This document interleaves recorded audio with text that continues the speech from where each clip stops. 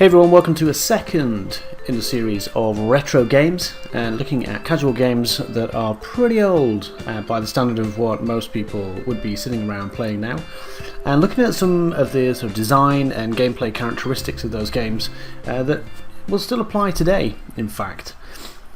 The next game that I'm looking at here is called Bloxorz, and throw it into Google and as you can see, I spelt it wrong, but it found it anyway. It's B-L-O-X, not C-K, X-O-R-Z. So completely wrong, but by the power of Google, I found it anyway. And if you look down the list here, you'll see a website that's been set up dedicated to this game called bloxorz.org.uk. Usually it's found on free game sharing sites like Albino Black Sheep and who's the other, Miniclip, pretty popular. But if we go to bloxorz.org.uk and open the game there, it's the least advert heavy. I don't believe this site was made by the developers of the game, a chap called Damien Clark.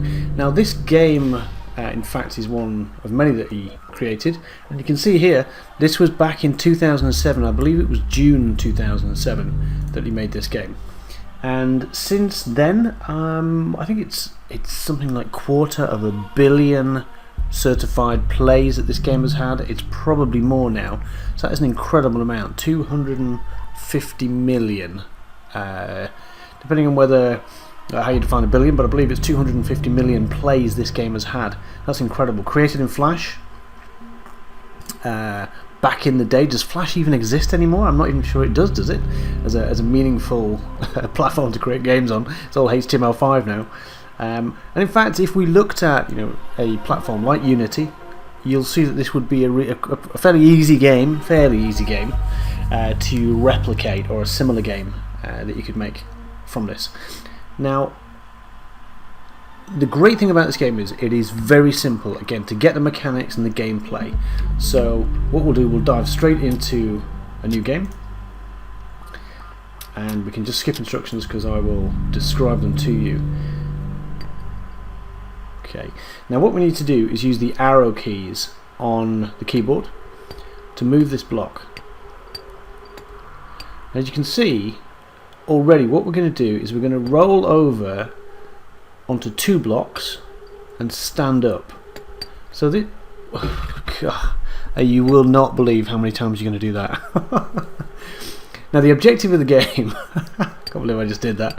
The objective of the game is to get this block down that hole, like so. Done. Okay.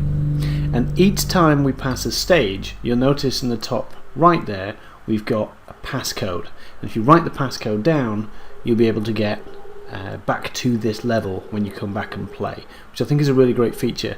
In fact, when we looked at Voodoo games earlier, in video 1 of this series, that saves your progress as well, so it's nice to be able to go back and replay certain levels, or of course in the case of this game where you can't sign in, you can then just go back and play again. Now here's another little feature. As we roll sideways onto this block, onto that little pressure pad there, we open and close this bridge.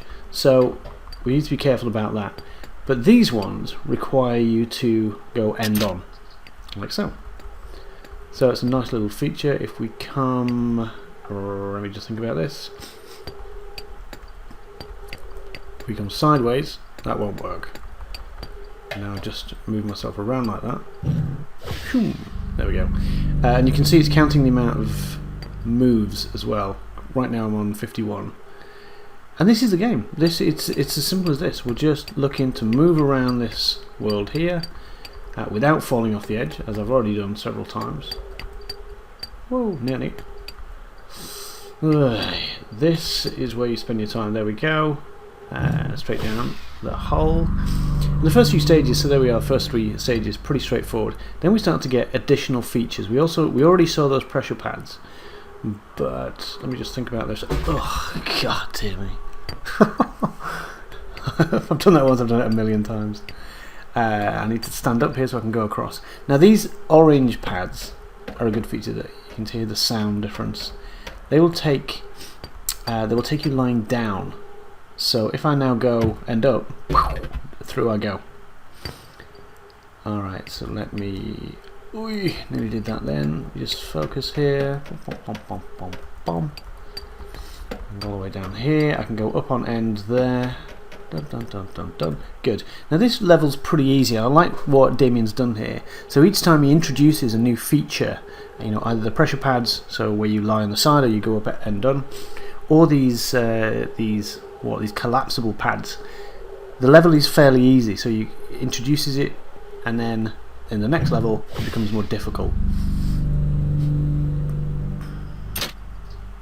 It's an incredible thought. This has got, you know, 500 million hits, and you think of the advertising that must have been leveraged from that. That is pretty incredible. There's 33 levels in total, by the way. Okay, so we can go across there. Now, I was messing this up something royal before. That's an interesting little glitch.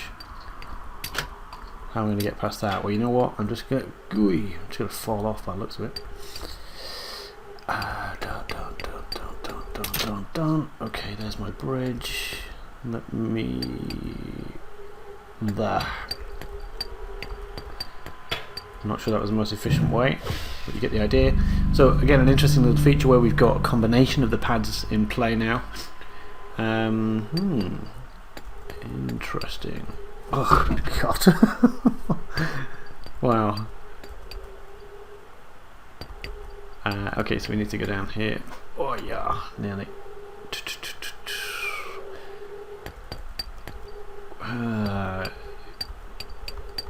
Okay, not doing too well on this one. What am I doing?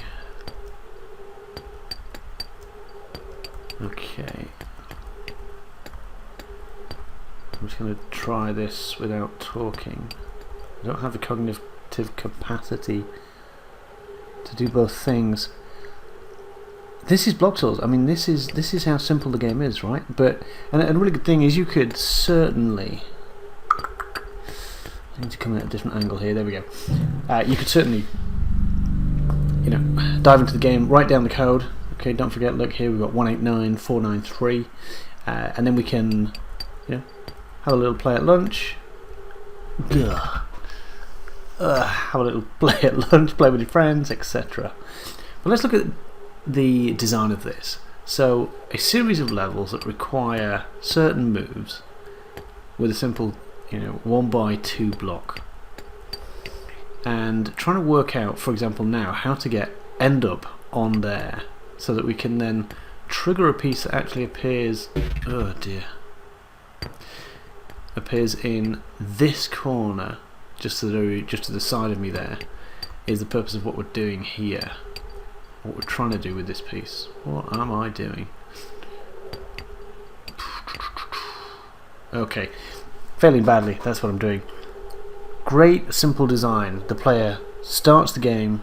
They learn very quickly. I'm using the arrow keys here, and I've been introduced to a set of other game objects. You know, the round pad, the cross pad we've got here, the orange blocks. The idea that if I was actually able to get onto this, I could trigger. Let's see if I can just do. There we go. There we go. I can trigger the corner piece there that now allows me to manipulate the piece in a certain way. So I can get, not like that, but I can get in a position then to get, just pointing with my finger, but get over there. God. You do that once, you do it a million times, you literally do. Dear me.